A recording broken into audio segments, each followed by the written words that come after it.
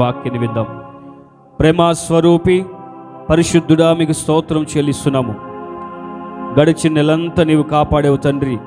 మరలా ఈ ఆగస్టు మాసంలో ప్రభువా, మీరు మమ్మల్ని క్షేమంగా నిలబెట్టినందుగా ఈ స్తోత్రం తండ్రి. సంఘ క్షేమాభివృద్ధి నిమిత్తమై, అనేక ఆత్మలు రక్షణార్థ నిమిత్తమై ఈ ప్రార్థన కూడిక ద్వారా మీరు ఆశీర్వాదకరంగా జరిగించండి. ఈ సమయంలో మీ పక్షాన నిలబెడుతున్న మీ దీనదాసుని మీరు అభిషేకించి బలపరిచి వాడుకొని నాయన. నా తండ్రి, మీకు స్తోత్రం చెల్లిస్తున్నాను. ఈ ప్రత్యేక ప్రార్థన కూడికలో తండ్రి, మా అందరితో మీరు మాట్లాడుతున్నందుకై మీకు స్తోత్రం చెల్లిస్తున్నాను. మీ దైవ సేవకులు తండ్రి క్షేమంగా నడిపించినందుకై స్తోత్రం.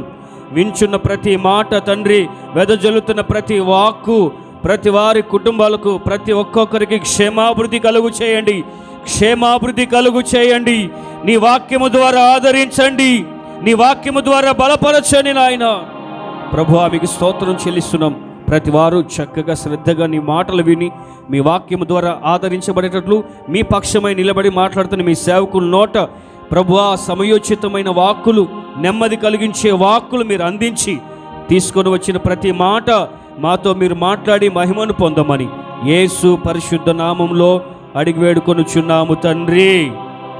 ఆమేన్.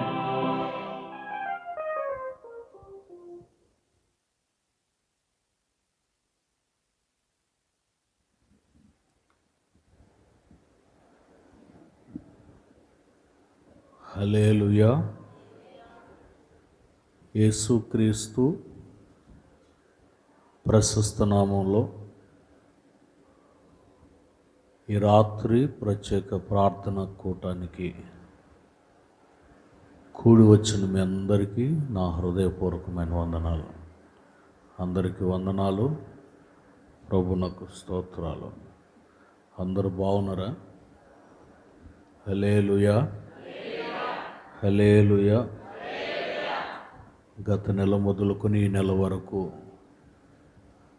ఆయన అపారమైన కృపతో మనలందరినీ ప్రభు భద్రపరిచి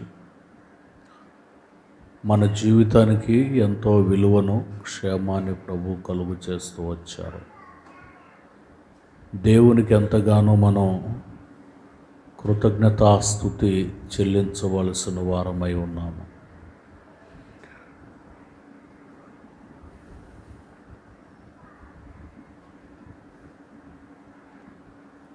ఈ ప్రార్థన కూడికి నిమిత్తమై ప్రార్థించినప్పుడు ప్రభు ఒక చక్కటి మాటని కనుపరిచారు.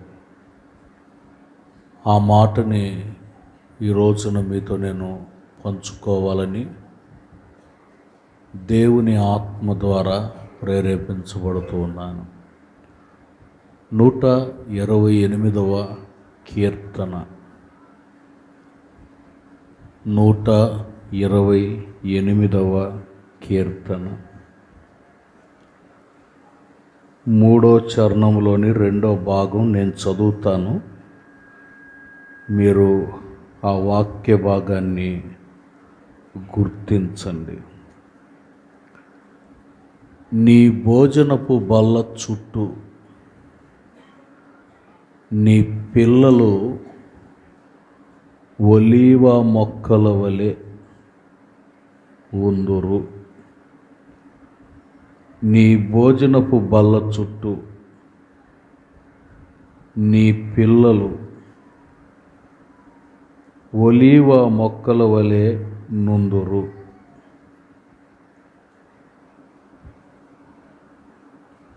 ఈ చదవబడినటువంటి వాక్య భాగంలో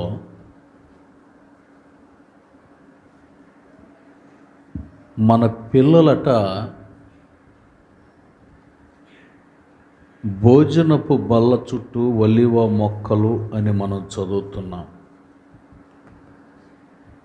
చిన్నపిల్లలు అనే మాటను ప్రక్కన పెడితే సంఘములో చేర్చబడినటువంటి ప్రతి ఒక్కరూ, ఇక్కడ చేరినటువంటి ప్రతి వారు కూడా ఆయన రక్తము చేత కొనబడినటువంటి ప్రజలు, సంఘములో ఉన్నటువంటి పిల్లలు. ప్రతి ఒక్కరూ కూడా బల్ల చుట్టూ ఒలీవ మొక్కలులాగా ఉండాలని ఆయన కోరుకుంటున్నాడు. సహజంగా పిల్లలను ఉద్దేశించి మాటలు మనం మాట్లాడుతూ ఉంటాం, నా పిల్లలు బల్ల చుట్టూ ఒలీవ మొక్కలు అని. సంఘం అనేది దేవుని ఎదుట లేక ఆయన ఆసీనుడుగా సింహాసనం మీద కూర్చొని ఉంటే ఆయన చుట్టూ పిల్లలు ఒలీవ మొక్కలలాగా ఉండాలని కోరుకుంటున్నారు. ఎందుకంటే ఒలీవ మొక్క చాలా విలువైనది, సౌందర్యం కలిగినది కూడా. సంఘం దేవుని ఎదుట ఎలా ఉండాలనుకుంటున్నారంటే ఒలీవ మొక్కలులాగా ఉండాలని కోరుకుంటున్నాడు. ప్రతి ఒక్క వ్యక్తి దేవుని ఎదుట బల్ల చుట్టూ ఒలీవ మొక్కల వలె, వేదిక చుట్టూ జనం ఉంటే, వేదిక చుట్టూ జనం ఉంటే దేవుని యొక్క ప్రసన్నత, దేవుని యొక్క కృప, దేవుని యొక్క మేలును పొందగలిగేటట్లు మార్చబడుతుంది. దేవుని వాక్యంలో 144వ కీర్తన 2వ చరణాన్ని చదివినప్పుడు 144వ కీర్తన 2వ చరణంలో, మా కుమారులు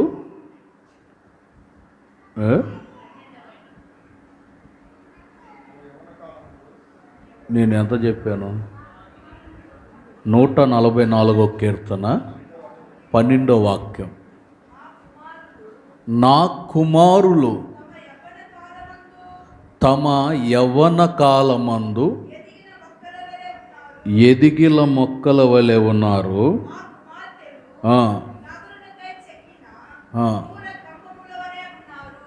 సంఘంలో కుమారులు, కుమార్తెలు ఎదిగిన మొక్కల వలె, నగరుకై చెక్కబడినటువంటి మూల కంబాల వలె ఉన్నారు అంటారు. బల్ల చుట్టూ ఒలీవ మొక్కల వలె పెరిగేటటువంటి వాళ్ళు ఇటు పురుషుడైనా ఇటు స్త్రీ అయినా ఎదిగిన మొక్కలలాగా ఉండాలని కోరుకుంటున్నాడు. ఎదుగుదల. ప్రారంభ దినాలలో విశ్వాసయాత్రలు అడుగుపెట్టినప్పుడు ఎలా ఉన్నాం, ఇప్పుడు అలాగే ఉంటే కాదు. ప్రతి విషయములో ఒక వ్యక్తి అభివృద్ధిని పొందేటటువంటి వాడుగా, కొందరేమో ఎత్తు ఎదిగారు, కొందరేమో లావు ఎదిగారు. శరీర తత్వంలో ఎదుగుదల కాదు కానీ ఆధ్యాత్మికమైనటువంటి ఎదుగుదల అనేది మనకి చాలా అవసరము అంటున్నాడు. దేవుని సన్నిధిలో ఎంత సమయము మనం ప్రార్థించగలుగుతున్నాము, ఎంత సమయాన్ని వాక్యాన్ని పరిశోధించగలుగుతున్నాము, ఎంత సమయం దేవుని యొక్క కృప పొందుకోవటానికి సిద్ధపడుతున్నాము, ఇవన్నీ సిద్ధపాటు కలిగినటువంటి అనుభవాలు కలిగినటువంటి వారుగా ఉండాలి. ఎదిగిన వారై, నగరులో ఎదిగినటువంటి వారై. ఎదిగిన వ్యక్తిలో విశ్వాసపు జాడ ఉంటుంది. ఎదిగిన వ్యక్తిలో దేవుని మీద పట్టుదల అనేది ఉంటుంది. ఎదిగిన వ్యక్తిలో సంఘము కొరకు నడుము కట్టుకి జీవించే విధానం ఉంటుంది. ఎదిగిన వ్యక్తిలో ఆత్మ వరములు, ఫలములు క్రియ జరిగించబడే అనుభవాలు ప్రారంభించబడతాయి. అందుకే అంటాడు, నీవు ఎదిగిన పిల్లల వలె. పౌలు గారు అంటారు, మీరు పసిపిల్లల్లాగా ఉన్నారని మిమ్మల్ని పాలతో పెంచాను అంటాడు. అయితే మనం ఇంకా పసిపిల్లలలాగే కాకుండా ఒక ఎదుగుదల పొందినటువంటి అనుభవాన్ని మనం స్వతంత్రించుకోవాలి. 127వ కీర్తన 4వ చరణాన్ని కూడా చదువుతారు. 127వ కీర్తన 4వ చరణంలో, యవన దశలో పుట్టిన కుమారులు బలవంతుని చేతిలో బాణాలు వంటి వారు అంటాడు. యవన కాలమందు పుట్టిన కుమారులు. సంఘములో సిద్ధపాటు అవుతున్నటువంటి ప్రతి ఒక్క వ్యక్తి బలవంతుడు, సర్వశక్తి కలిగుడు దేవుడు, సర్వంతర్యామయగు యేసు క్రీస్తు చేతిలో ఉపయోగపడేటటువంటి బాణాలులాగా ఉండాలట. అందుకే ఆయన అంటాడు, బల్ల చుట్టూ మీరు ఒలీవ మొక్కలలాగా ఉండాలి. ఒలీవ మొక్కలలాగా ఉండాలి.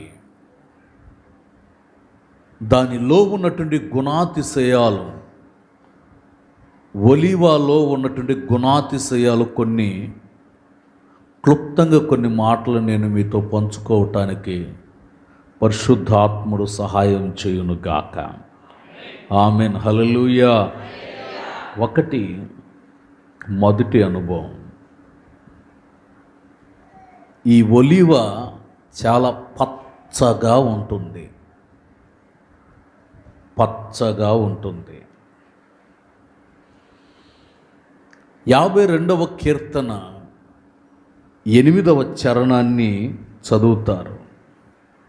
52వ కీర్తన 8వ చరణం, నేనైతే దేవుని మందిరములో పచ్చని ఒలీవ చెట్టులాగా ఉన్నాను అంటాడు. నేనైతే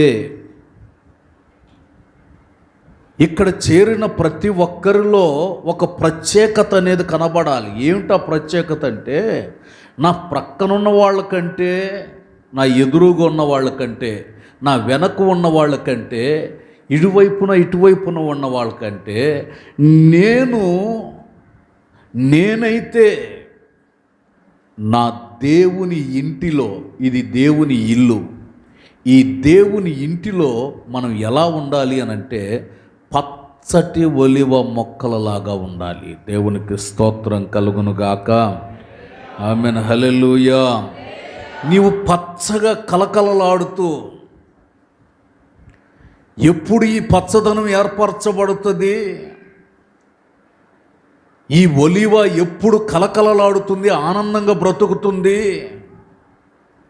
మొదటి కీర్తనలో మనం చదవగలుగుతాం. 3వ చరణములో, అతడు నీటి కాలువల యోరన నాటబడినదై ఆకువాడక తన కాలమందు ఫలమిచ్చు చెట్టు వలె నుండును, అతడు చేయునదంతయు సఫలమవుతుంది. ఒక వ్యక్తి ఫలభరితంగా మార్చబడాలంటే నీటి కాలువల యోరన నాటబడాలట. ఏంటి నీటి కాలువ యోరన అంటే, సంఘ సహవాసంలో వాక్యపు ఓట దగ్గర నాటబడాలి. దేవుని వాక్యపు ఓట దగ్గర ఒక వ్యక్తి నాటబడితే, వాక్యము కొరకు తన ప్రాణాన్ని సమర్పించుకొని, బలియాగంగా అర్పించుకొని ప్రభు కొరకు జీవించడానికి ఇష్టపడితే, ఈ వాక్యం నిన్నేం చేస్తుందంటే ఫలభరితమైన వ్యక్తిగా చేస్తుంది. దేవుని వాక్యానుసారంగా. చూడండి, చాలామంది చదువు లేని వాళ్ళు ఉన్నారు, కొందరు చదువుకున్న వాళ్ళు కూడా ఉన్నారు. చదువుకున్న వాళ్ళు చక్కగా వాక్యాన్ని గ్రహించుకొని రాసుకొని నడిపించబడుతున్నారు. లేనటువంటి వాళ్ళు కూడా వాక్యాన్ని మైండ్లో పెట్టుకొని దేవుని సన్నిధిలో నేను ఫలించాలి, అభివృద్ధి పొందాలి, నేను ఆశీర్వాదకరంగా దీవెనకరంగా మార్చబడాలి, నా బ్రతుకు సంతోషకరంగా ఉండాలి అని దేవుని దగ్గర కోరుకుంటే నీవు గ్రహించిన వాక్యం లేక మీరు వింటున్నటువంటి వాక్యం మిమ్మల్ని ఏం చేస్తుందంటే పచ్చటి ఒలివ మొక్కలలాగా మారుస్తుంది. దేవునికి స్తోత్రం, హల్లెలూయా. దేవుని వాక్యపు ఓట దగ్గర నాటబడినప్పుడు, వాక్య ప్రవాహపు అనుభవాలలో స్థిరపరచబడినప్పుడు ఆ వాక్యం జీవితానికి క్షేమాన్ని కలుగు చేయటం ప్రారంభిస్తుంది.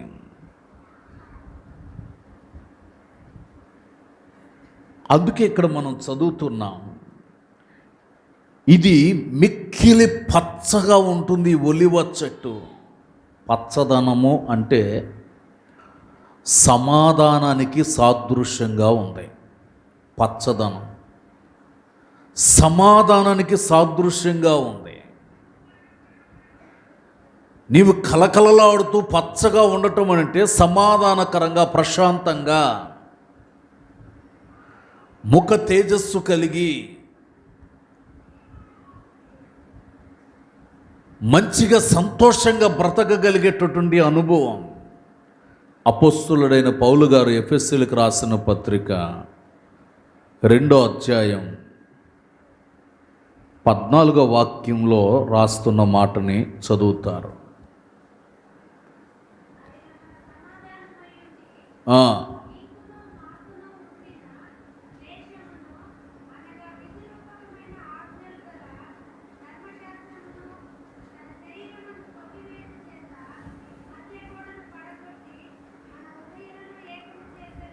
దేవాతి దేవుడట మీకును మాకును మధ్యలో ఉన్నటువంటి అడ్డుగోడ, ద్వేషము, పగ, ఈర్ష్యలు, క్రోధాభిప్రాయాలు అనబడుతున్న అడ్డుగోడ, ఈ గోడను తొలగించి ఐక్యపరిచాడట. దేని చేత ఐక్యపరిచాడంటే వాక్యము చేత దేవుడు ఐక్యపరచడం ప్రారంభిస్తున్నాడు. ఇక్కడ చేరిన ప్రతి ఒక్కరు కూడా ఏదో ఒక సందర్భములో విధి రూపకమైనటువంటి దేవుని ఆజ్ఞలు, ధర్మశాస్త్రమును, దేవుని యొక్క క్రియలకు విరోధంగా ప్రవర్తించిన అనుభవాలు ఉండి ఉండవచ్చు. యేసుక్రీస్తు వారు తన శరీరమందు సమస్తాన్ని కొట్టివేసి మనల్ని ఏకం చేశాడు. ఇది ఆత్మ కలిగించు ఐక్యత. దేవునికి స్తోత్రం, హల్లెలూయా. ఇప్పుడు ఆయా ప్రాంతాల నుండి మీరు అంతా వచ్చారు ఇక్కడికి. ఇది ఆత్మ కలిగించు ఐక్యత. దేవుడు ఒక వ్యక్తిని ఆత్మ కలిగించు ఐక్యతలో స్థిరపరిచి సమాధానం అనేటువంటి ఒక బంధము చేత బంధించాడు. గనుకనే మనం ఈ రోజున ప్రభు సన్నిధికి వచ్చాం. ఎంతోమంది ఉన్నారు ఈ ఊరిలో, ఈ నగరంలో చాలామంది ఉన్నారు. సంఘాలకు వెళ్ళే వాళ్ళు, వాక్యాలు వినే బోల్డ్ అంతమంది ఉన్నారు. కానీ దేవుడు మిమ్మల్ని ఎందుకు తీసుకొని వచ్చారు అని అంటే, ఆయన మనల్ని సమాధానం అనబడుతున్న బంధము చేత ఐక్యపరిచాడు కనుక, ఐక్యతలో ఉన్నటువంటి ఆశీర్వాదాన్ని గురించి తెలుసుకున్న వ్యక్తులు కనుక ఆయన సన్నిధిలోనికి మనం చేర్చబడ్డాం. దేవునికి స్తోత్రం కలుగును గాక. ఆమేన్, హల్లెలూయా, హల్లెలూయా. వాక్యము చేత సమాధానం. నీవు పచ్చగా కలకలలాడుతూ ఉండాలంటే దేవుని వాక్యానికి లోబడినప్పుడు ఆ వాక్యం నీ జీవితాన్ని సమాధానపరచడం ప్రారంభిస్తుంది. మరొక విషయాన్ని చదవగలిగితే 85వ కీర్తన 8వ చరణాన్ని చదువుతారు. 85వ కీర్తన 8వ చరణం. దేవుడైన యెహోవా సెలవిచ్చిన మాటను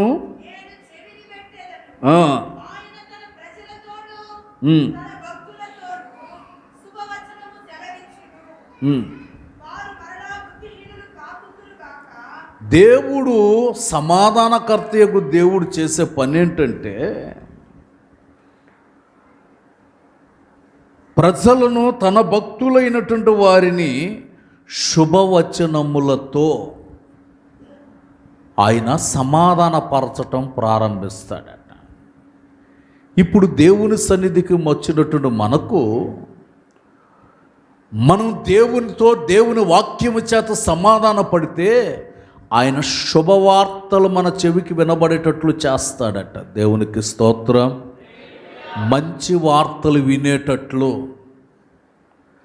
మంచి విషయాలు గ్రహించగలిగేటట్లు, దేవుని యొక్క చిత్తములో ఉన్నటువంటి విలువైనటువంటి క్షేమాన్ని స్వతంత్రించుకోగలిగేటట్లు దేవుడు శుభవార్తలు తెలియపరుస్తాడట. ఎఫెక్ట్ పెట్టకూడదు. దేవుడు ఒక విలువైనటువంటి కార్యాన్ని చేయటం ప్రారంభిస్తాను అంటున్నాడు. మన జీవితంలో ఒకవేళ ఇంకా జరగని క్రియలు, జరగని కార్యాలు ఏదైనా ఉన్నాయడలా విశ్వసించండి, దేవుని వాక్యంతో ఐక్యపరచబడండి, వాక్యమై ఉన్నటువంటి దేవుని హృదయంలో చేర్చుకోండి. నిశ్చయంగా ఈ నెలలో దేవుడు అనేక శుభవార్తలు మీకు తెలియజేయునుగాక, అద్భుత కార్యాన్ని జరిగించునుగాక, ఆశ్చర్యక్రియలు జరిగించునుగాక. ఆయన మన జీవితాలలో మేలు చేయటానికి ప్రారంభిస్తున్నాడు. దైవ చిత్తము చొప్పున మనం నడిపించబడితే ఆయన మన జీవితంలో అద్భుతమైనటువంటి మేలులు చేయటం ప్రారంభిస్తాడు. 119వ కీర్తన 6వ చరణాన్ని చదువుతారు. 119వ కీర్తన 6వ చరణం.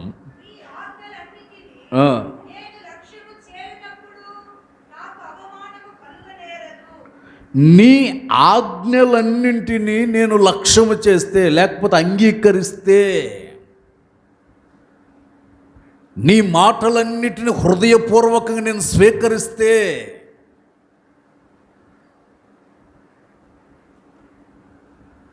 నాకెక్కడ కూడా అవమానం కలగకుండా మనం దేవుని మాటలు హృదయపూర్వకంగా అంగీకరిస్తేనట అవమానం నీ గుమ్మంలోకి రాకుండా చేస్తాడు. దేవుని చిత్తానికి మనం లోబడితే అవమానం నిన్ను చూసినట్టు నుండి అటు వెళ్ళిపోవటం ప్రారంభిస్తుంది. నిన్ను నిందించాలనుకున్నా, అవమానపరచాలనుకున్నా, కించపరచాలనుకున్నా, దూషించాలనుకున్నా, ద్వేషించాలనుకున్నా, ఎలాంటి క్రియలు కలుగు చేయాలని ప్రయత్నం చేసినా దేవుని వాక్యాన్ని నీవు స్వీకరిస్తే ఇదిగో ప్రయత్నించేటటువంటి ఈ క్రియలన్నీ కూడా నిన్ను చూసి భయపడి దూరంగా పారిపోతాయి. నీకు నెమ్మది ప్రారంభమవుతుంది. దేవునికి స్తోత్రం. హల్లెలూయా. నీ బ్రతుకులో అవమానం కలగకుండా నీ జీవితంలో దేవుడు ఒక అద్భుతమైనటువంటి మేలు చేయాలని ఆశపడుతున్న 5వ చరణాన్ని కూడా చదువుతారు. పైన ఫ్యాన్ ఆపండి.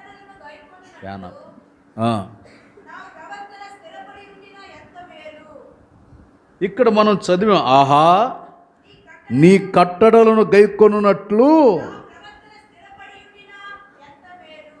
నేను స్థిరపరచబడి నీ ఆజ్ఞల మార్గంలో నడిపించబడగలిగేటట్లు దేవా నీ అడుగు జాడలలో నేను నడిపించబడతాను, నేను స్థిరంగా జీవిస్తాను అంటాడు.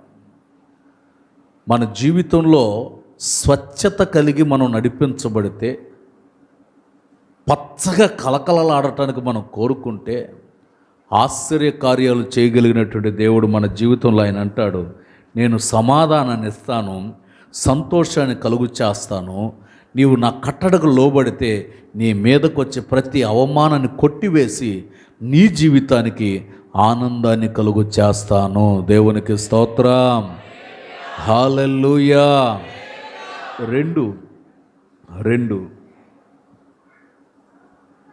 రెండో మాట ఏంటంటే, మంచి ఫలమునిచ్చున్నది.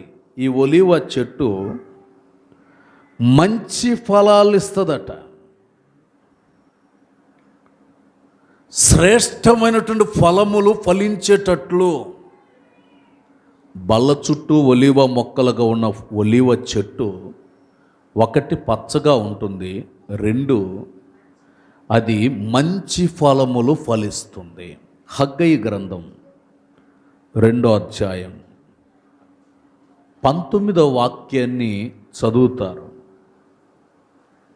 కొట్లలో ధాన్యం ఉన్నదా, ద్రాక్ష చెట్లైనను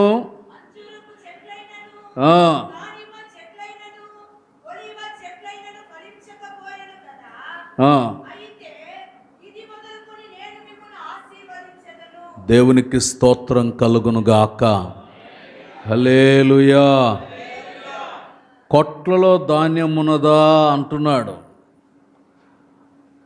ద్రాక్ష చెట్లైనా, అంజూరపు చెట్లైనా, దానిమ్మ చెట్లైనా, ఏ చెట్టు ఫలించకపోయినా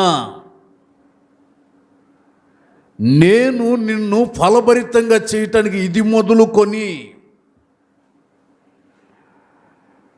నీ జీవితం ఫలించేటట్లుగా. ఒకవేళ ఒలీవ చెట్టు ప్రకృతిపరమైనటువంటి చెట్టు ఫలించకపోయినా ఆత్మ సంబంధంగా ఒలీవ మొక్కలుగా తీర్చిదిద్దినటువంటి మన జీవితాన్ని ఆయన అంటాడు, నేను మీరు ఫలించేటట్లు చేస్తాను. ఇది మొదలుకొని, వచ్చే నెలలో కాదు, ఇది మొదలుకొని, వచ్చే సంవత్సరం ఇదే రోజు కాదు, ఇది ఈ దినము మొదలుకొని దేవుడు మన జీవితంలో ఆశీర్వాదాన్ని కనుపరచాలని కోరుకుంటున్నాడు. దేవుని నామానికి మహిమ కలుగును గాక. ఆమేన్. హల్లెలూయా. నీవు మంచి ఫలము ఫలించాలి. నీవు ఫలించేటటువంటి ఫలం ఏమిటి? ఏ ఫలము ఫలించాలి? ఎలాంటి ఫలములు అనంటే చదువుతారు. హెబ్రీలకు రాసిన పత్రిక 13వ అధ్యాయం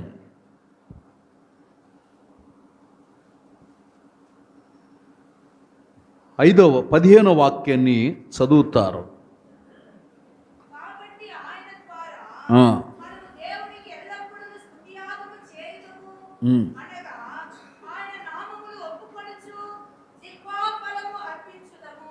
దేవుని సన్నిధిలో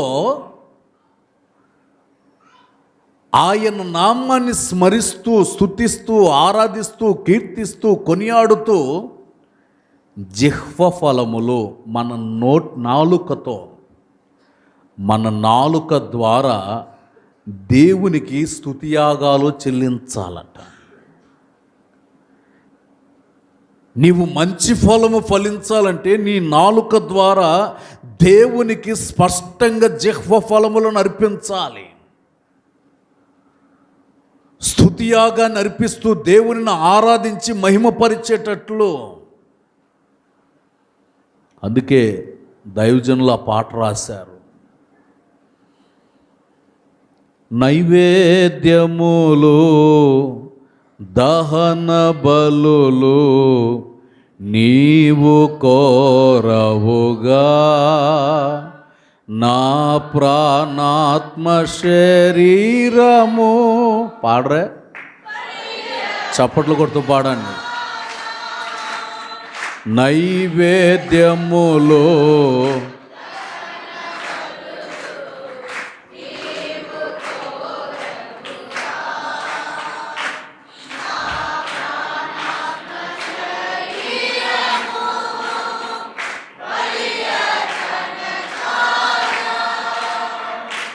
నా జిహ్వ బలులు స్తోత్ర బలులుగా మారిపోయేనే.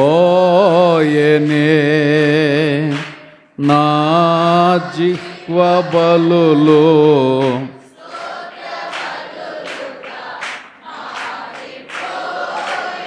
హల్లెలూయా. మన జిహ్వ బలులు, నాలుక ద్వారా అర్పించే ప్రతి అర్పణ అది దేవునికి స్తోత్ర బలిగా మార్చబడుతుంది. దేవునికి స్తోత్రం. హల్లెలూయా. మన నోటి ద్వారా, మన నాలుక ద్వారా ప్రభునామ సంకీర్తనం చేయాలి. కష్టకాలమందైనా, నష్టకాలమందైనా, కలిమి ఎందైనా, లేమి ఎందైనా, ప్రతి సందర్భములో మన జీవితం ఎలా ఉండాలంటే దేవుని నామస్మరణ చేయగలిగేటట్లుగా ఉండాలి. కష్టం వచ్చినప్పుడేమో పాట రాదేక, గొంతు పెక్కలించబడదు. ఒకటే పాట, ఈ పాట ఉండదు కానీ, ఆనంద కీర్తన పాటల్లో పాట ఉండదు కానీ, ఒకటే పాట, దేవుడు నాకేం చేశాడు, నాకు మేలు చేశాడా, నన్ను ఎందుకు ఎట్లా పెట్టాడు, నా జీవితం ఎందుకు ఎట్లా అయిపోయింది, నన్ను ఎందుకు దేవుడు పక్కన పెట్టాడు, అందరికీ మేలు చేస్తున్నాడు కదా, దేవుడికి నా మీద కూడా కోపం వచ్చినట్టుంది, కన్ను ఎర్ర చేసినట్టున్నాడు, అందుకని నా బ్రతుకు ఎట్లా అయిపోయిందని బాధపడేవాళ్ళు లేకపోతే ఆ పాట పాడేవాళ్ళు ఉన్నారు. దేవుడు కొన్ని సందర్భాలలో మనల్ని కొన్ని మార్గాలలోకి తీసుకుని వెళ్ళినప్పుడు ఆ మార్గాలలో కూడా దేవుని సన్నిధిలో చేరి ఆయన నామస్మరణ చేయగలిగేటట్లు నీ నోరు స్వరమెత్తి ప్రభువుని ప్రతిగానం చేయటం ప్రారంభిస్తే ఆ స్తుతియాగాల ద్వారా దేవుని నామం మహిమపరచబడుతుంది. దేవునికి స్తోత్రం, హల్లెలూయా. 34వ కీర్తన మొదటి చరణం, 34వ కీర్తన మొదటి చరణం. నేను ఎల్లప్పుడూ యెహోవాను సన్నుతించెదను. ఏముంటుందట? దేవునిని కీర్తించేటటువంటి అనుభవం నా నోట ఉంటుంది. ఆలోచించండి, దేవుడు మన జీవితంలో చేసిన మేళ్ళు వరకే కీర్తిస్తున్నామా, లేకపోతే అన్ని వేళలో, అన్ని సమయాలలో దేవుని నామాన్ని కీర్తిస్తున్నామా? నీ నోరు ఎప్పుడైనా దేవుని గురించి ప్రతిగానం చేస్తుందా? దైవ కృపలను తలంచేటటువంటి అనుభవం కలుగుతుందా? దేవుని వాత్సల్యత, ఆశీర్వాదాన్ని అనుభవించే అనుభవాలు కనపరచబడుతున్నాయా? దేవునికి ఎల్లప్పుడూ మనం ఏం చేయాలంటే కృతజ్ఞతాస్తుతి చెల్లించాలి. దేవునికి స్తోత్ర, హల్లెలూయా. ఆయన నామాన్ని స్మరించి, కొనియాడి, కీర్తించి మహిమపరిచేటటువంటి వ్యక్తులుగా ఉండాలి. దేవుని నామానికి మహిమ కలుగును గాక. ఆమేన్, హల్లెలూయా. ప్రతి సందర్భంలో దేవుని నామాన్ని స్తుతించి మహిమపరచాలి. స్తుతి అనేటటువంటి ఫలము మన జీవితంలో ఉండాలి. నీవు మంచి ఫలము ఫలించేటట్లు, ఒకటి నాలుక ద్వారా అయితే, జిహ్వ ఫలాలైతే, మరొకటి ఏమిటంటే స్తుతించుటలో ఫలం అన్నమాట.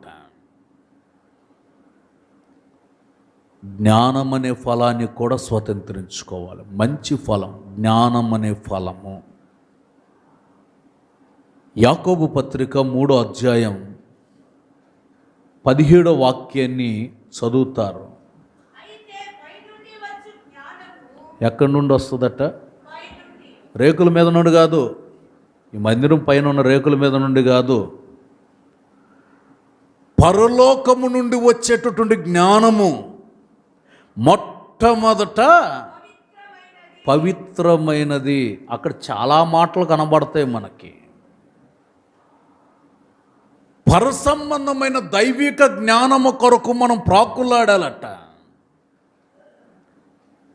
ఈ లోక జ్ఞానం వెరితనం, కానీ దేవుని జ్ఞానం ఏం చేస్తుందంటే పవిత్రతతో కూడినటువంటి జ్ఞానం, పరిశుద్ధతను అనుగ్రహించేటటువంటి జ్ఞానం, దేవుని కృపను కలుగు చేసేటటువంటి దైవిక జ్ఞానం. అందుకని ఆ పరసంబంధమైన జ్ఞానాన్ని పొందుకోవాలి.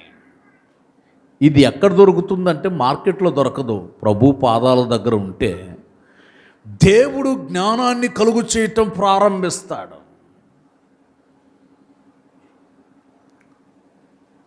జ్ఞానం ఉంటే, దైవ జ్ఞానం ఉంటే ఇండ్లు కట్టబడుతుంది. దైవ జ్ఞానం ఉంటే వ్యక్తిగత జీవితం కట్టబడుతుంది. దైవ జ్ఞానం ఉంటే సంఘం కట్టబడుతుంది.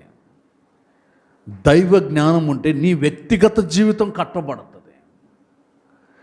దేవుని యొక్క జ్ఞానము కొరకు దేవుని దగ్గర చేరి ప్రార్థన చేసుకొని ఆ జ్ఞాన సంభాషణ స్వతంత్రించుకోవటానికి ప్రభు పాదాల దగ్గర చేరి ఆయన నామస్మరణ చేయాలి.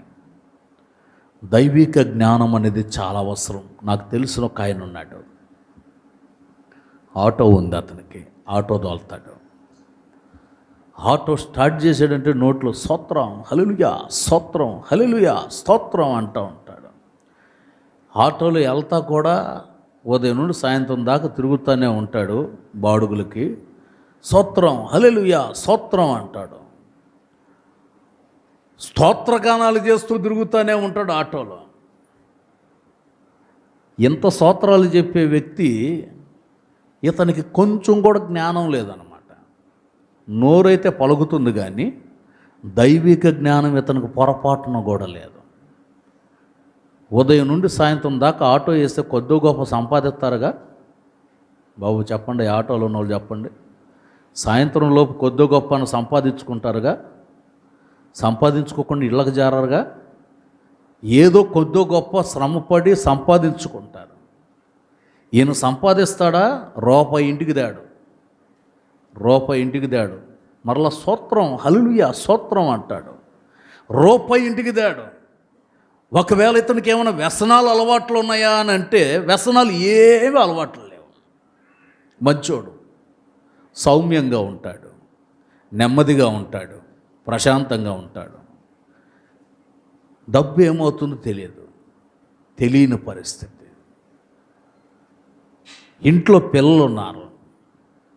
ఈ పిల్లలని ముగ్గురు పిల్లలను పోషించుకోవటానికి ఆయన భార్య చాలా శ్రమ పడుతూ ఉంటుంది. ఆ ఇళ్ళలో పని చేసి కొంచెం కొద్దిగా గొప్ప పోగు చేసి పిల్లలకి కొంచెం డబ్బులు ఆమెకున్న జ్ఞానంతో, ఆ సహోదరికున్న జ్ఞానంతో డబ్బులన్నీ పోగు చేసి నీటికి జాగ్రత్తగా పిల్లలకు దాచిపెట్టి ఇంటి బాడు కట్టుకుంటా, ఇంటిని పోషించుకుంటా చాలా జ్ఞానంగా ఉంటుంది. ఒకరోజు పిల్లలకి స్కూల్లో ఫీజు కట్టాలని బ్యాంకుకి పోయి పుస్తకం తీసుకెళ్ళి బ్యాంకులో డబ్బులు డ్రా చేసుకొచ్చుకుందామని వెళ్తే బ్యాంకులో రూపాయి లేదు. ఈ వేసిన డబ్బులు కూడా తీసేసుకున్నాడు. అంత గనుడు అనమాట ఈయన. ఏం చేస్తాడో కూడా తెలియదు డబ్బులు. నోరు స్తుతి చెబుతూ ఉన్నా ఇతనికి రాబోయే కాలాన్ని గూర్చినటువంటి జ్ఞానం లేదు. నా పిల్లల పరిస్థితి ఏమిటి, నన్ను నమ్ముకొని ఉన్నారు కదా, వీళ్ళ జీవితపు విధానం ఏంటి, వీరి కొరకు నేను ఏదన్నా శ్రమపడాలి కదా, కష్టపడాలి కదా, నేను ఏదో ఒకటి సమకూర్చుకోవాలి కదా అని ప్రయాస అయితే పడుతున్నాడు. కానీ ఫలితము లేనటువంటి వ్యక్తిగా ఉంటున్నాడు. దేవుని జ్ఞానం ఒక వ్యక్తి పొందితే, పరసంబంధమైన జ్ఞానాన్ని ఒక వ్యక్తి పొందితే ఆ వ్యక్తి జీవితం క్షేమకరంగా ఆశీర్వాదకరంగా మార్చబడుతుంది. దేవునికి స్తోత్రం. పైనుండి వచ్చేటటువంటి జ్ఞానం, పరసంబంధమైన దీవెన పొందుకోవాలి. ఇంకొక వ్యక్తి వచ్చాడు, ఆయన కూడా ఆటో తోలుతాడు. భార్యాభర్తలు ఇద్దరు వచ్చారు ప్రార్థన మందిరానికి. పాస్టర్ గారు, కష్టార్జితం ఏది మిగలట్లేదు, అంత శ్రమ పడుతున్నాను కానీ అప్పు ఎక్కువైపోతుంది, ఏది మిగులుబాటు ఉండట్లేదు, మీరు ప్రార్థన చేయండి అని అంటే తనతో చెప్పిన మాట ఏంటంటే, నీ ఉదయం నుండి సాయంత్రం దాకా శ్రమపడిన కష్టార్జితాన్ని నువ్వు ఇంటికి తీసుకుని వెళ్ళకుండా తిన్నగా మందిరాన్ని తీసుకునిరా. నేను మందిరంలో ఆ కష్టార్జితం నిమిత్తం నేను ప్రార్థన చేసి ఇస్తాను, రోజు ఇట్లా చేయి. నువ్వు దేవుడు నీ జీవితంలో ఒక అద్భుత కార్యం చేస్తాడు అని ఆ సోదరుడు అలా చేయటం ప్రారంభించాడు. 1 సంవత్సరం తర్వాత తను చెప్తున్న మాట ఏంటంటే, ఇన్ని సంవత్సరాలుగా నేను ఆటో తోలేను కానీ ₹1 మిగల్చలేదు, అప్పు చేసి బతికాను. అయితే ఇప్పుడు అప్పులన్నీ నేను తీర్చుకున్నాను పాస్టర్ గారు. దేవుడు నా కుటుంబాన్ని ఆశీర్వదించాడు, నా కష్టార్జితాన్ని దేవుడు దీవించాడు, ఇప్పుడు నేను ఫలించాను. ఒక చిన్న స్థలం కూడా కొనుక్కోవాలనుకుంటున్నాను, నా కొరకు ప్రార్థన చేయండి అని. ఇతడు ఆటో తోలుతాడు, ఇతను ఆటో తోలుతాడు. ఇతడు దైవ జ్ఞానాన్ని అనుసరించి నడిపించబడ్డాడు, ఇతడు స్తోత్ర స్తుతులు చెల్లిస్తున్న ఇతని జ్ఞానం లేని వ్యక్తిగా మార్చబడ్డాడు. ఇద్దరు జీవనోపాధి చేసుకునేవాళ్లే. ప్రియ దేవుని ప్రజలారా, పరసంబంధమైన జ్ఞానం ఉంటే ఇల్లు కట్టబడుతుంది. మీ జీవితాలలో ప్రతి విషయంలో జ్ఞానయుక్తంగా నడిపించబడుతూ నీవు మంచి ఫలము ఫలించే వ్యక్తిగా మారి నీ కష్టార్జితం దీవెనకరంగా ఆశీర్వాదకరంగా ఉండేటట్లు కోరుకోవాలి. ఒకవేళ ఆ విధంగా మీరు ఏదన్నా ప్రార్థన చేయించుకోవాలనుకుంటే ఇలా 17వ తేదీ ప్రార్థన కూడికలు జరిగేటప్పుడు మీ కష్టార్జితం మీరు సంపాదించుకుని తీసుకొని వచ్చేస్తే ఇక్కడ నేను ప్రార్థన చేసేస్తా, మీరు వాడుకోవచ్చు, ఇబ్బంది ఏం లేదు. ఒకవేళ ఫలితం లేకుండా ఉంది, సంపాదిస్తుంటే మిగులుబాటు లేదు, ఆశీర్వాదకరంగా ఉండట్లేదు, నేను దీవించబడలేకపోతున్నాను అనుకుంటే నీవు సంపాదించినది ఏదో తీసుకుని వస్తే దాని నిమిత్తం నేను ప్రార్థన చేసి మీకు ఇస్తాను. ఆ తర్వాత దేవుడు మీ జీవితంలో ఒక అద్భుత క్రియ చేయటం ప్రారంభిస్తాడు. దేవుని నామానికి మహిమ కలుగును గాక. ఆమెన్. హల్లెలూయా, హల్లెలూయా. ప్రభు ఒక ఆశ్చర్య క్రియను ప్రారంభిస్తాడు. పరసంబంధమైనటువంటి జ్ఞానం అనేది మనకు చాలా అవసరమై ఉన్నది. అది దేవుని పాదాల దగ్గర చేరి కోరుకోవాలి. ప్రభు యొక్క కృపను స్వతంత్రించుకోవాలి. దైవిక జ్ఞానానుసారంగా మనం నడిపించబడితే ఆ జ్ఞానం మనకి మంచి స్థితిగతుని కలుగు చేయటం ప్రారంభిస్తుంది. దేవునికి స్తోత్రం. హల్లెలూయా. మూడో విషయం, ఈ బల్ల చుట్టూ ఒలీవ మొక్కలు. ఈ ఒలీవాలో ఉన్నటువంటి మరొక గుణం ఏంటంటే దానిలో నుండి వచ్చేటువంటి ఒలీవ పండు. సహజంగా ఎవరా సంగీతం కొంచెం బయటికి తీసుకెళ్ళి, సంగీతాన్ని బయటికి తీసుకెళ్తే ఆ గాలికి తిరిగితే కొంచెం బాగుంటుంది, తీసుకెళ్ళు.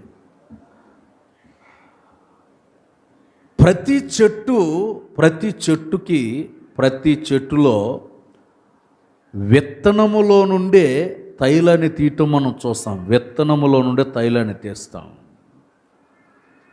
చూడండి, ప్రొద్దుతిరుగుడైనా కానీ లేక వేరుశనగ అనేది మీరు ఇంకేమైనా అంటారా? ఒక్కొక్క ఊర్లో ఒక్కొక్క భాష, దానికి ఒక్కొక్క పేరు పెడుతున్నారు. వేరుశనగ అయినా కానీ ఇంకేదైనా కానీ అన్ని విత్తనాల్లో నుండి తీస్తారు. కానీ ఈ ఒలీవ పండులో విత్తనం నుండి పొరపాటును ఏమీ తీరు. విత్తనం దేనికి పనికిరాదు.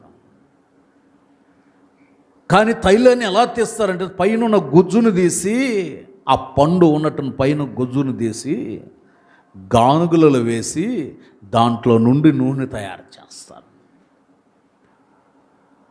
ఆత్మీయుని జీవితపు విధానాన్ని ఆయన అంటున్నాడు, నీవు బల్ల చుట్టూ ఒలీవ మొక్కలాగా నీవు ఉండాలి అని అంటే నీలో నుండి తైలం ప్రత్యక్షమవ్వాలి. తైలము అంటే అభిషేకానికి సాదృశ్యంగా ఉంది. అభిషేకం. లేవియాకాండం 24వ అధ్యాయం, లేవియాకాండం 24వ అధ్యాయం 2వ వాక్యం. దీపము నిత్యము వెలుగుచుండునట్లు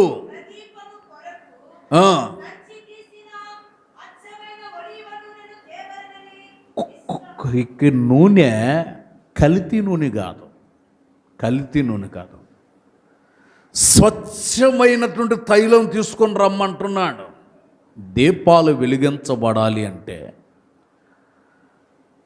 ప్రకాశవంతంగా మార్చబడాలంటే ప్రత్యక్షపు గుడారములో దీపస్తంభం అనేది ఒకటి ఉంటుంది. ఆ దీపస్తంభంలో దీపములు వెలిగించటానికి స్వచ్ఛమైన తైలాన్ని తీసుకొని రమ్మంటున్నాడు. అంటే ఒక వ్యక్తి ప్రకాశవంతంగా మార్చబడటానికి ఆ తైలాన్ని ఎలా తీయమంటున్నాడంటే దంచి చదవండి అక్కడ ఏం చేయాలట, దంచాలట. తైలం రావాలి అని అంటే రోట్లో వేసి దంచాలి, దంచబడాలి.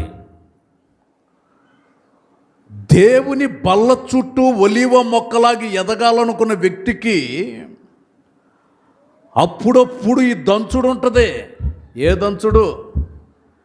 ఒక వ్యక్తి తైలము తనలో నుండి ప్రత్యక్షం అవ్వాలంటే, ఉపయోగకరమైనటువంటి వ్యక్తిగా మార్చబడాలంటే అప్పుడప్పుడు ఈ ఆత్మీయుని జీవితాన్ని ప్రభు ఏం చేస్తాడంటే రోట్లో వేసి ఒకటే దంచుతాడు. అంటే నలగగొట్టబడతాం. ఒక వ్యక్తి శ్రమ చేత నలగగొట్టబడినప్పుడు, ఒక విశ్వాసైన సేవకుడైన నలగగొట్టబడినప్పుడు అతని యొక్క జీవితం, వ్యక్తిగత జీవితం ఎలా ఉంటుందంటే ప్రకాశవంతంగా మార్చబడుతుంది. కొన్నిసార్లు దేవుడు దంచుతూ ఉంటాడు. ఇంత దంచుడు అవసరమా ప్రభు అంటే, నేను దంచకపోతే నువ్వు ప్రకాశించలేవయ్యా, అందుకని ఒక్కొక్కరిని లేపి వాళ్ళ ద్వారా నేను దంచిస్తానంటాడు. కొంతమందిని మనం అనుకుంటూ ఉంటాం కొన్నిసార్లు, ఏ కారణం లేకుండా తిడతా ఉంటాడు ఒకడు లేచి. కారణం ఉండదు, కారణం లేకుండా మనకు విరోధంగా లేచి తిట్టడం స్టార్ట్ చేస్తాడు. అసలు ఈయనేమన్నాను, ఎందుకు తిడుతున్నాడు అర్థం కాదు కొంత సమయం దాకా. అప్పుడు ప్రభు అంటాడు, ఇదిగో నిన్ను దంచడానికి వాడిని లేపాను అంటాడు. ఎందుకయ్యా అంత అవసరమా దంచటం అని అంటే, నువ్వు దంచబడకపోతే నువ్వు ప్రకాశించలేవు. నీవు ఉపయోగపడే తైలంగా ఉండాలంటే, నీవు ప్రకాశించే వ్యక్తిగా ఉండాలంటే నలగగొట్టబడాలి. యేసుక్రీస్తు ప్రభుల వారిని గురించి తండ్రి అయినటువంటి దేవుడు సెలవిస్తున్నటువంటి మాట ఏంటంటే, అతనిని నలగగొట్టుట నాకు ఇష్టమాయను. చదవండి 53వ అధ్యాయం యెషయా గ్రంథం. యెషయా గ్రంథం 53వ అధ్యాయం 10వ వాక్యం. అతనిని నలగొట్టుటకు, అదిగో యేసుక్రీస్తు నలగొడుతున్నాడట. దేవుడికి ఇష్టమైందట నలగొట్టడానికి. కొన్నిసార్లు ప్రభు అలాంటి మార్గాల్లో తీసుకెళ్తూ ఉంటాడు. ఎందుకు తీసుకెళ్తాడంటే నీవు ప్రకాశవంతమైన వ్యక్తివిగా మార్చబడేటట్లు. దేవునికి స్తోత్రం కలుగునుగాక. హల్లెలూయా. మన జీవితాన్ని నలగగొట్టడానికి, మనం ప్రకాశవంతమైనటువంటి వ్యక్తులుగా మార్చబడుటకు 141వ కీర్తన 5వ చరణం.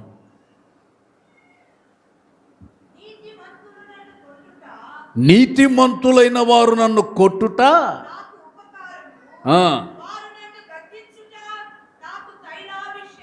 చూడండి, నీతిమంతుడైనటువంటి వారిని కొట్టటమైనా తిట్టటమైనా గద్దించటమైనా ఇది తైలాభిషేకం లాంటిది. హెచ్చరిక వినబడినప్పుడు, గద్దించినప్పుడు, కొట్టినప్పుడు అది వాళ్ళ జీవితానికి తైలాభిషేకంలాగా, దేవుని యొక్క ఆశీర్వాదకరమైనటువంటి మార్గంలాగా. ప్రియ దేవుని ప్రజలారా, మన జీవితం ప్రకాశవంతంగా ఉండాలి అని అంటే ఆయన మనల్ని తన ఇష్టము చొప్పున నలగగొడతాడట. తన ఇష్టము చొప్పున నలగగొడతాడు.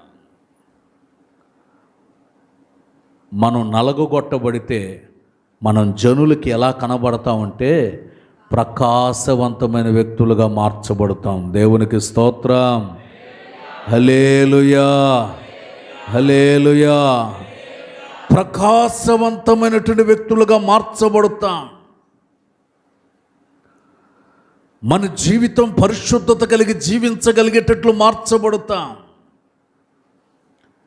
అందుకని ప్రతి ఒక్కరూ కూడా దేవుని ఎదుట ఎలా ఉండాలంటే నలగగొట్టబడాలి. నీవు ఉపయోగపడాలి. ఒలివ చెట్టు ఎలా ఉపయోగపడిందో మీరు ఉపయోగకరమైనటువంటి వ్యక్తులుగా మార్చబడాలి. ఒకవేళ పిల్లల మాట వినట్లేదా, దంచండి. బెత్తం తీసుకొని దంచండి. బెత్తం తీసుకుని దంచండి. వాళ్ళని శిక్షించినప్పుడు, బుద్ధి చెప్పినప్పుడు, ఖండించినప్పుడు వాళ్ళు లోకం వైపు, లోకప్రియుల వైపు పరిగెత్తకుండా కాపాడబడతాడు. మా నాయనే, మా బంగారు కొండ, మా ఎండుకొండ అంటే రేపొద్దున ఆ ఎండుకొండ నీకు గుణపంలాగా మార్చబడతాడు. గారం చేసామంటే రేపు పొద్దునాలు మన మాట వినకుండా పోయే పరిస్థితులు కూడా ప్రమాదం ఉంది. అందుకని దండించే సమయంలో దండించాలి, ప్రేమించే సమయంలో ప్రేమించాలి. అలా హెచ్చరికలు చేయకపోతే, పిల్లల్ని ఖండించకపోతే, సరైన త్రోవలు ఇవ్వకపోతే పిల్లల జీవితాలు తారుమారుగా మార్చబడిపోతాయండి. తారుమారుగా మార్చబడిపోతాయి. అందుకని హెచ్చరికలకు లోబడి జీవించాలి. నాకు బాగా గుర్తు, నేను బాగా చిన్నోడుగా ఉన్నప్పుడు, నేను మా ఇంట్లో మా తమ్ముడు, మేమిద్దరం అన్నదమ్ముళ్ళం. అన్నదమ్ముళ్ళు అన్నాక చిన్న చిన్న గొడవలు వస్తూ ఉంటాయిగా, చిన్నప్పుడు సంగతి. వాడు నన్ను ఏదో అన్నాడు, మా వాడు. నేను మా వాడిని తిట్టాను. మై సన్ అని తిట్టాను అనమాట, ఇంగ్లీష్లో. తెలుగులో తిట్టాను, ఇంగ్లీష్లో చెప్పే మీకు. ఎప్పుడైతే తిట్టానో వాడు ఏడ్చుకుంటే వెళ్ళి మా నాన్నకి చెప్పాడు, వాడు ఇట్లా అన్నాడు నన్ను, ఇట్లా అన్నాడని చెప్పాడు వెళ్ళి. మా నాన్న ఏం చేశాడు తెలుసా, మా ఇద్దరిని పిలిచి, నన్ను మా వాడిని ఇద్దరిని పిలిచి గులకరాళ్ళు వేసి, కింద గులకరాళ్ళు మామూలుగా కాదు, కింద గులకరాళ్ళు వేసి గులకరాళ్ళ మీద ఇద్దరిని మోకాళ్ళ మీద పెట్టాడు. అది కూడా నిలువు మోకాళ్ళ మీద పెట్టాడు. సాయంత్రం వరకు నేను ఇక మీదట అనండ్రా బాబు అన్నంత వరకు మోకాళ్ళ మీద ఉన్న దించలా, దిగితే బెత్తం తీసుకొని కొడుతున్నాడు.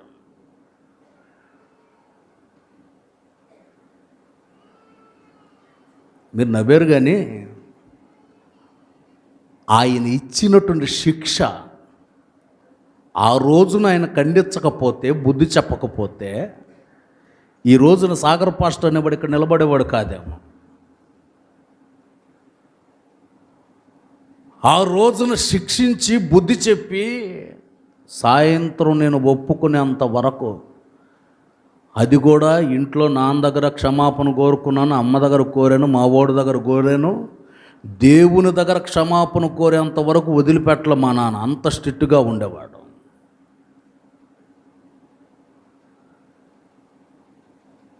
ఆ రోజున ఆయన కండిషన్ కానీ పెట్టకుండా ఉంటే మా పరిస్థితులు ఏమయ్యేటున్నావో గమనించండి, ఒకసారి ఆలోచించండి.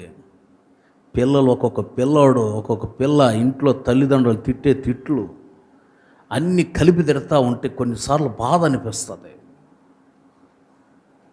వారు మొక్కగా ఉన్నప్పుడే వంచాల, మొక్కగా ఉన్నప్పుడే ఖండించాల, మొక్కగా ఉన్నప్పుడే బుద్ధి చెప్పాల. వారి జీవితాలు ప్రకాశవంతంగా ఉండాలంటే మొక్కగా ఉన్నప్పుడు వాళ్ళ జీవితాన్ని వంచితే వాళ్ళ బ్రతుకులు బాగుపడతాయి.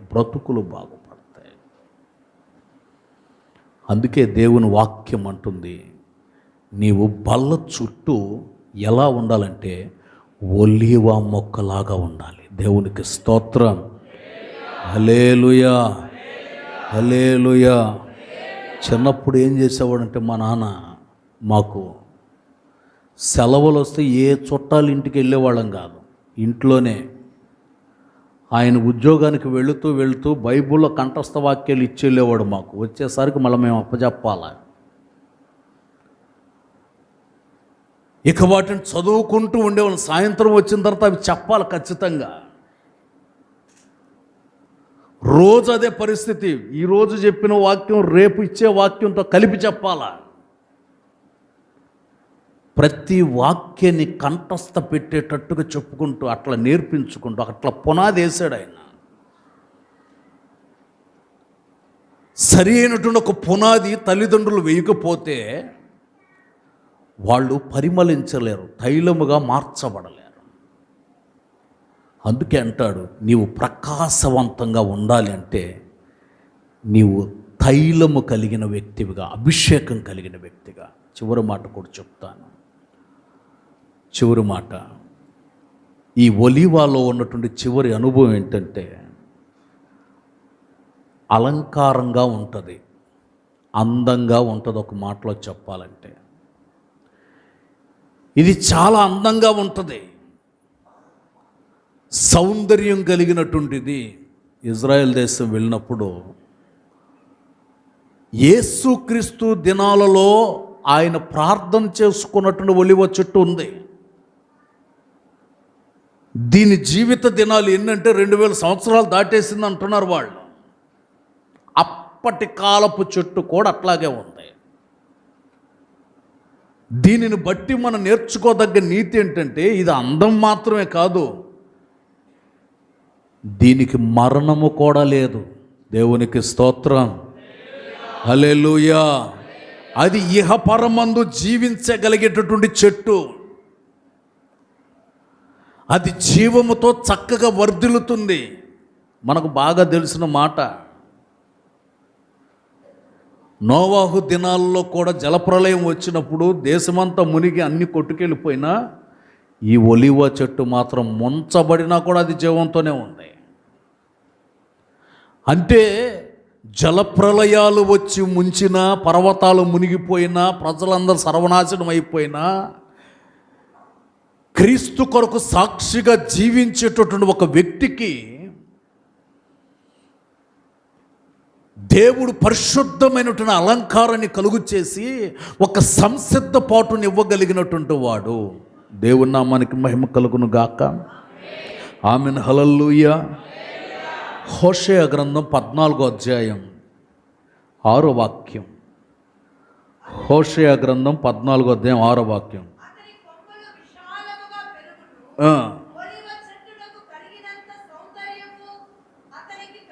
దేవునికి స్తోత్రం. ఇది సౌందర్యం కలిగినటువంటి చెట్టు. బల్ల చుట్టూ ఒలీవ మొక్కల వలె ఎదిగే ప్రతి ఒక్క వ్యక్తి, సంఘములో ఉన్నటువంటి ప్రతి ఒక్కరూ కూడా పరిశుద్ధ అలంకారము కలిగిన వ్యక్తులుగా ఉండాలి. లోక సంబంధమైనటువంటి శరీర సంబంధమైన అందం వేరు, పరిశుద్ధమైనటువంటి అందం కలిగిన వాళ్ళంగా ఉండాలి. పరిశుద్ధమైనటువంటి అందం ఉంటే సౌందర్యం కలిగినటువంటి వారు, అలంకారం కలిగినటువంటి వ్యక్తులుగా. ఎందుకంటే పేతురు పత్రికలో మీరు చదువుతారు, మొదటి పత్రిక 3వ అధ్యాయం. పేతురు రాసిన మొదటి పత్రిక 3వ అధ్యాయం 4వ వాక్యం. సాధువైనట్టు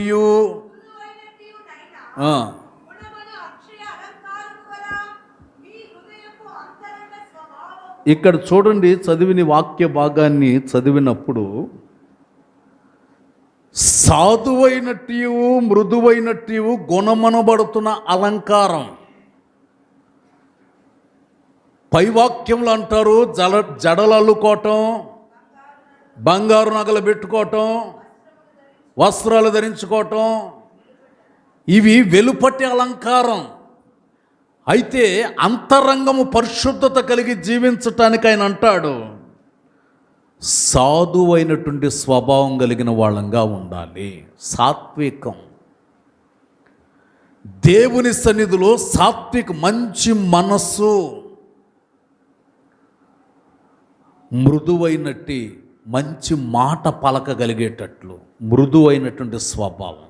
మాటలో కానీ, నడకలో కానీ, ప్రవర్తనలో కానీ, పడకలో కానీ, ప్రతి సందర్భంలో కూడా మృదువైనటువంటి స్వభావం, మంచితనాన్ని పొందుకునేటట్లు గుణం, మంచి గుణం ఉండాలట. మంచి గుణం ఉండాలి. వారికి సరైన గుణాతిశయాలు ఉన్నాయా లేదా అనేటువంటి ఆలోచించాలి.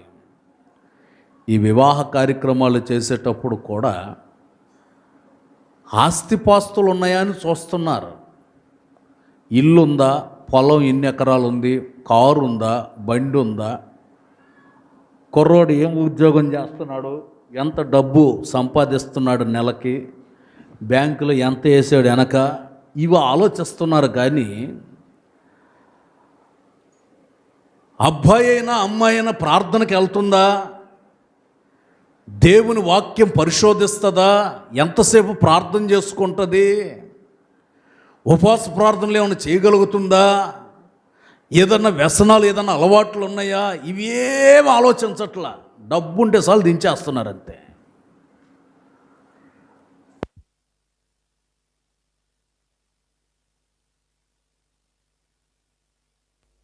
ఇప్పుడు గుర్తించాల్సినటువంటి మాట, క్రైస్తవుడు గుర్తించాల్సిన మాట, అతడు బాప్తిసం పొందాడా లేదా, అతడు ఏదైనా సంఘానికి వెళుతున్న సంఘ సభ్యుడా కాదా, వాక్యాన్ని గురించిన ఏదన్నా అవగాహన ఉందా, తల్లిదండ్రుల బలవంతంతో ఏమైనా దిగాడా దీంట్లోకి, వ్యసనాలు ఏమన్నా అలవాట్లు ఉన్నాయా, ఏది ఆలోచించడం, ఇవన్నీ ఆలోచించాలి. ఆత్మీయులు ఆత్మీయ జీవితపు విధానాలను గురించి ఆలోచించకుండా డబ్బుంది అని అంటే దిగేస్తున్నారు. ఎవరో ఆ మధ్య ఒక అతను వచ్చాడు, మీ విశ్వాసాలంటే మేము ఇచ్చామండి అని అన్నాడు. మీ విశ్వాసాలంటే మేము ఇచ్చాము అని అంటే నేను అన్నాను, సరే మా విశ్వాసాలంటే ఇచ్చావు, ఏం చూసి ఇచ్చావు అని అన్నా. నేను హోసనా మందిరానికి వెళ్తారని అన్నారంతే, అందుకని ఇచ్చేసాము. నువ్వు ఇచ్చే ముందు నన్ను అడిగితే వాళ్ళు ఎంతటి వరకు ఎంత పరిశుద్ధతలో ఉన్నారో నేను చెప్పగలను. హోసనా అంటే లేబుల్ అంటే బ్రాండ్ అనుకొని దిగేస్తున్నారు. బ్రాండ్లో ఎంతమంది బ్రాండ్లో ఉన్నారో తెలియాలంటే ఎంతమంది పరిశుద్ధ అలంకారం కలిగి ఉన్నారు, ఎంతమంది వాక్యము చేత ఉదక స్నానం చేయబడుతున్నారు, ఎంతమంది బాప్తిసాలు పొందుకున్నారు, ఎంతమంది పరిశుద్ధాత్మ పొందుకుని సంఘములో కట్టుబడి జీవించారు, ఇవన్నీ తెలియాలంటే సంఘ కాపురి దగ్గరకు రావాలి. కాపురి ఆ విషయాలన్నిటిని పరిశోధిస్తాడు. లేదా నీవు దేవుని దగ్గర మోకాళ్ళొంగి ప్రార్థన చేయాలి.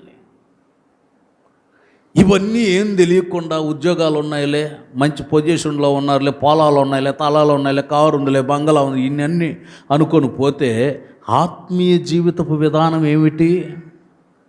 నువ్వు చిన్నప్పటి నుండి నీ పిల్లలను పోషించుకుంటూ పెంచుకుంటూ ఆత్మీయంగా మోకాళ్ళ మీద పెట్టి ప్రార్థనలో పెట్టి దైవ వైరాగ్యంలో పెంచేవే, ఇప్పుడు వాళ్ళ భక్తి జీవితం ఏమైపోద్ది, వారి పరిశుద్ధత ఏమైపోద్ది, వారు కొన్న అలంకారం ఏమైపోతుంది, వారికి దేవుడు ఇచ్చినటువంటి ఆ ఆధిక్యత ఘనత ఏమైపోతుంది?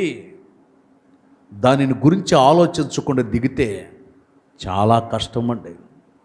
అందుకనే చాలా జాగ్రత్తగా నీ పిల్లలని, మగపిల్లలైనా ఆడపిల్లలైనా ఒక ఇంటికి ఇచ్చేటప్పుడు ఈ పరిశుద్ధ గుణాలు ఉన్నాయా లేదా పరిశోధించండి. ఆధ్యాత్మిక జీవితపు ఎదుగుదలలో ఉండటానికి కోరుకోండి. మొన్నెవరో ఒకళ్ళు అంటున్నారు, మన అమ్మాయి ఆ ఇంట్లోకి పోతే వాళ్ళని రక్షిస్తుందిలేండి అని. మన అమ్మాయి ఆడకపోతే వాళ్ళని రక్షిస్తుందిలేండి, లాక్కొచ్చేస్తుంది, వాళ్ళందరిని లాక్కొచ్చేస్తుంది. మీ అమ్మాయి మీద నీకు నమ్మకం ఉంది, కానీ ఆ ఇంట్లో ప్రార్థన సపోర్ట్ ఉండదు కదా, నీ ఇంట్లో ఉన్నంత బలం ఆ ఇంట్లో ఉండదు కదా. లేదులేండి రక్షించేస్తారులేండి అని. దేవుడి దయ వల్ల ఆ అమ్మ కూడా అట్టే అయిపోయింది. ఇదే అటైపోయింది. ఇప్పుడు ఏడుస్తున్నారు. ఇప్పుడు ఏడ్చే ఉపయోగం ఏంది? చాలా జాగ్రత్తగా ఉండాలి. అన్ని విషయాలు ఆలోచించి, పిల్లల విషయాలు చాలా జాగ్రత్తగా గమనించి, పరిశుద్ధ అలంకారం కలిగి,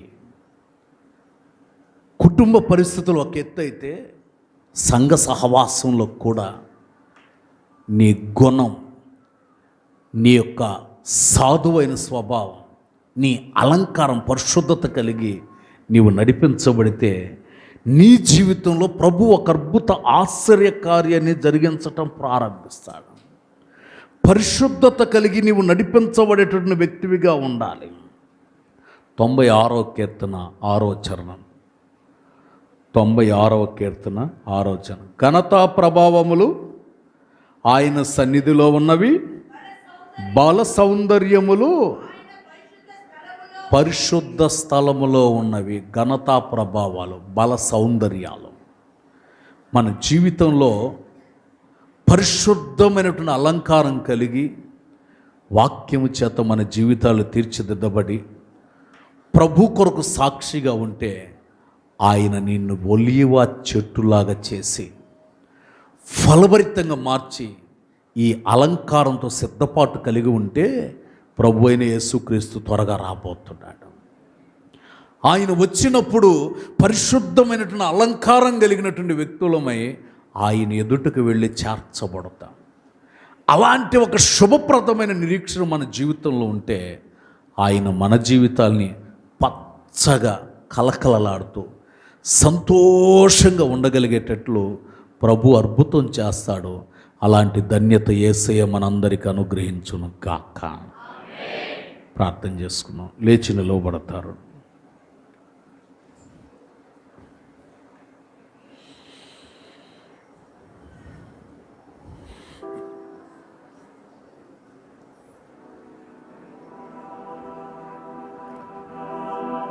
పచ్చని ఒలీవనై నీ మందిరావరణములో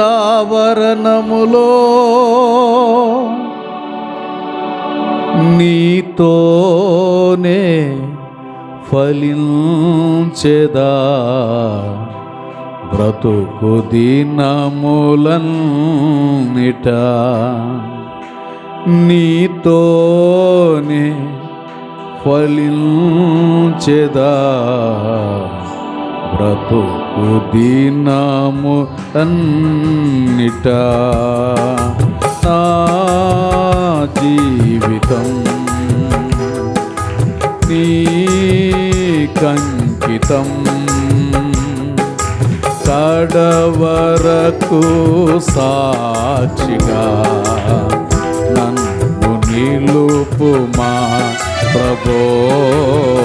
కడవరకు సాక్షిగా నన్ను నిలుపుమా. పచ్చని ఒలీవనై నీ మందిరావరణములో, పచ్చని ఒలీవనై నీ మందిరావరణములో నీతోనే ఫలించెదా బ్రతుకు దినములన్నిట. నీతోనే ఫలించెదా బ్రతుకు దినములన్నిట. నా జీవితం నీకంకితం, కడవరకు సాక్షిగా నన్ను నిలుపుమా ప్రభో. కడవరకు సాక్షిగా నన్ను నిలుపుమా. వీడు బారినా నా జీవితం, వీడు బారినా నా జీవితం. సిలువ జీవఊటలో నన్ను చిగురింపజేసెనే.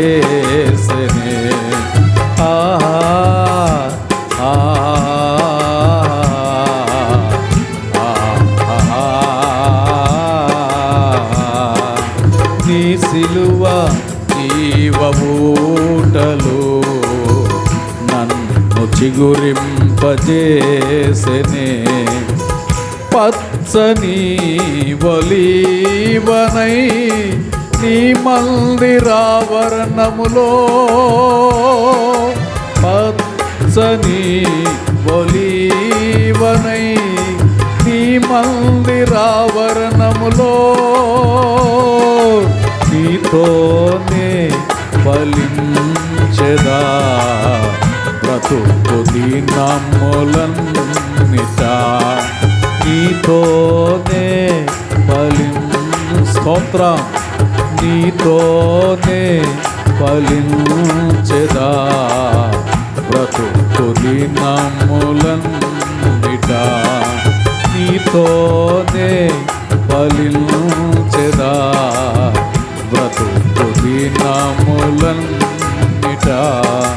నీతోనే ఫలించెదా బ్రతుకు దినములన్నిట. పచ్చని ఒలీవనై నీ మందిరావరణములో,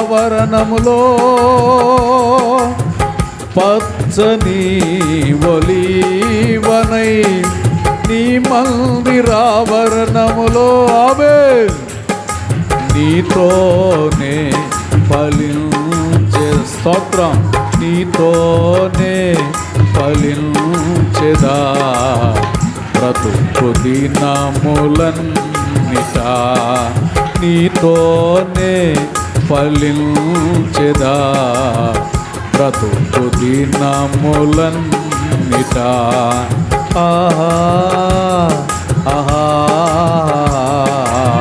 బ్రతుకు దినములన్నిట.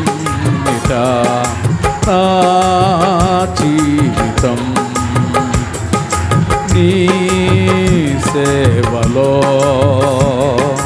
నా జీవితం నీ సేవలో కడవరకు సాక్షిగా నన్ను నిలుపుమా. కడవరకు సాక్షిగా నన్ను నిలుపుమా. కడవరకు సాక్షిగా నన్ను నిలుపుమా. కడవరకు సాక్షిగా నన్ను నిలుపుమా. నా జీవితం నీకంకితం, నా జీవితం యేసయ్యా నీ సేవలో కడవరకు సాక్షిగా నన్ను నిలుపుమా. కడవరకు సాక్షిగా నన్ను నిలుపుమా. ప్రభో నన్ను నిలుపుమా, నన్ను నిలుపుమా, నన్ను నిలుపుమా. యేసయ్యా నన్ను నిలుపుమా. కడవరకు సాక్షిగా నన్ను నిలుపుమా. యేసయ్యా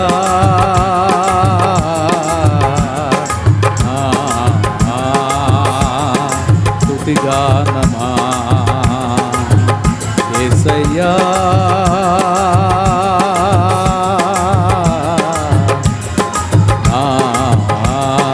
స్తుతిగానమా, స్తుతిగానమా. యేసయ్యా స్తుతిగానమా. యేసయ్యా నీ త్యాగమే నా ధ్యానము, నీ కోసమే నా జీవితం నీ కోసమేనా శేష జీవితం యేసయ్యా యేసయ్యా యేసయ్యా యేసయ్యా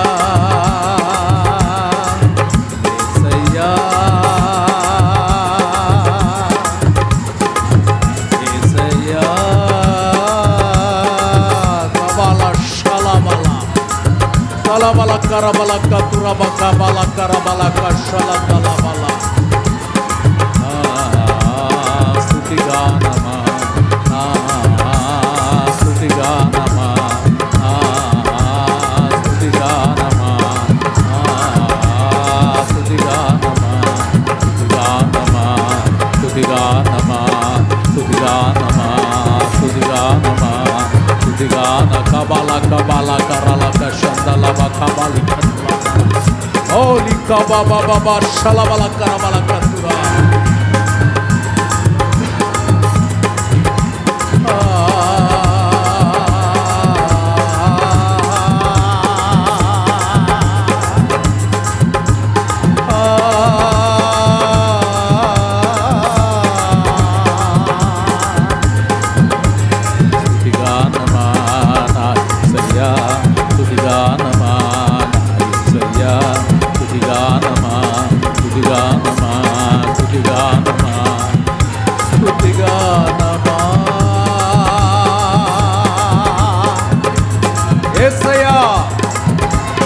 పచ్చని ఒలివ చెట్టు వలె సంఘ సహవాసములో దేవుని బల్ల చుట్టూ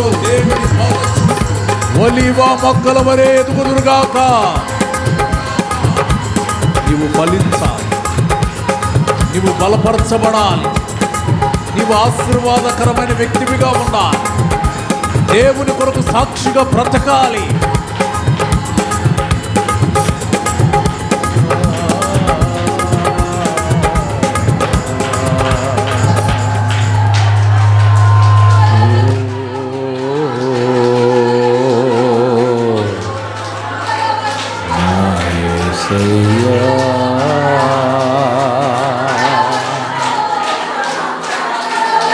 పచ్చని ఒలీవనై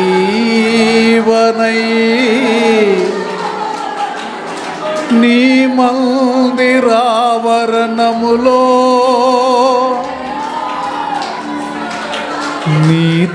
నీతోనే ఫలించెదా బ్రతుకు దినములన్నిటా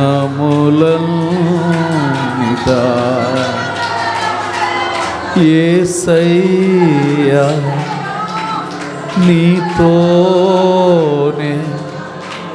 ఫలించెదా బ్రతుకు దినములన్నిటా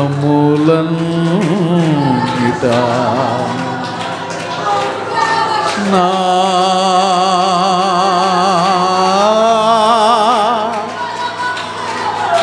యేసయ్యా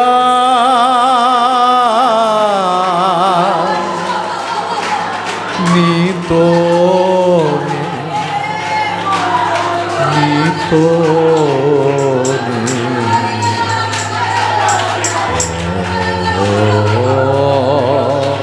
kabala sikala likabala kabaka tarabaka shaba likalandarabakala lisharabalaka tiribikarabalaka turandarabalaka.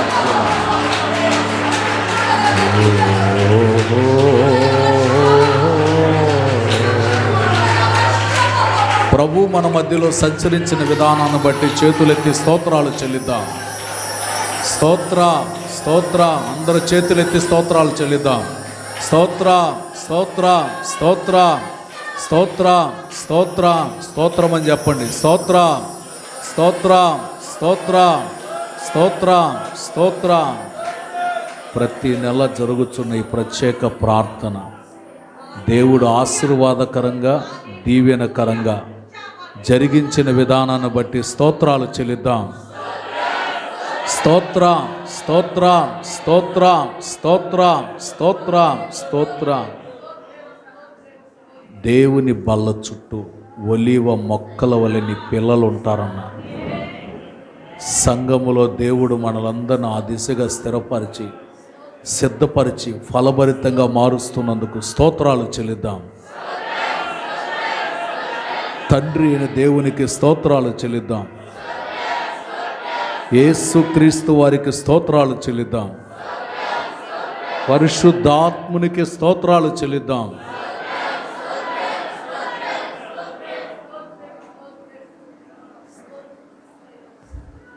Mark pastor గారు రైల్వే కోడూరు ప్రార్థన చేస్తారు. పరిశుద్ధుడా, ప్రేమగల తండ్రి, జీవాధిపతి అయిన ప్రభువా, ఆశ్చర్యకరుడమైన తండ్రి, మీకు వందనాలు, స్తోత్రాలు, స్తోత్రాలు నాయన. ఈ పరిచర్ని సేవను మీరు ప్రేమించి ఈ విధంగా ప్రతి నెల ఈ విధంగా మేమందరము కలిసి మీ నామాన్ని గణపరిచినట్లు మీరు గొప్ప భాగ్యాన్ని ఇచ్చినందుకు స్తోత్రాలు ప్రభువా. ఈ దినమున మీ దాసులను తండ్రి మీరు అభిషేకించి, మీ దాసులు ప్రత్యేకంగా మీరు నిలబెట్టి మాట్లాడుతూ వచ్చిన అమూల్యమైన శ్రేష్టమైన మీ మాటల కొరకు యేసయ్యా మీకు కృతజ్ఞతలు, స్తోత్రాలు, వందనాలు ప్రభువా. మీకు స్తోత్రం నాయన. అయ్యా మీకు స్తోత్రం నాయన. దావీదు పచ్చని ఒలివ మొక్కవలే ఉండాలని నిత్యము దేవుని కృపలో నమ్మిక ఉంచి స్థిరంగా ఉండాలని కోరుకున్నట్లుగా ఒలివ చెట్టుని మా ముందుకు తీసుకొచ్చిన ఆయన మీరు మాతో మాట్లాడుతూ వచ్చిన అమూల్యమైన శ్రేష్టమైన మాటలను బట్టి యేసయ్యా మీకు స్తోత్రాలు, స్తోత్రాలు, స్తోత్రాలు నాయన.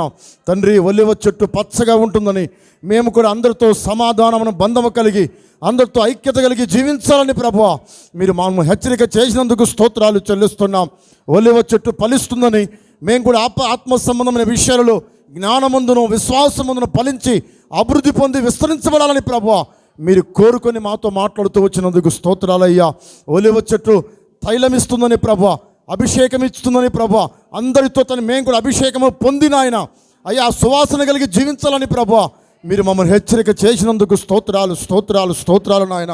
ఒలివ చెట్టు నాయన తండ్రి చూడడానికి సౌందర్యంగా ఉంటుంది. మేము కూడా దేవుని పిల్లలమైన మేము కూడా ఆత్మ సంబంధమైన సౌందర్యమై తండ్రి ఆత్మ సంబంధమైన సౌందర్యం కాపాడుకునేటట్లుగా మీరు కృపదయ చేయమని ప్రార్థన చేస్తున్నాం. అయ్యా లోపట కాకుండా తండ్రి, వెలుపట కాకుండా పైకి అయ్యా కాకుండా ప్రభు అంతరంగ స్వభావంలో మేము ఫలించాలని, సౌందర్యంగా ఉండాలని ప్రభు హెచ్చరిక చేశారు.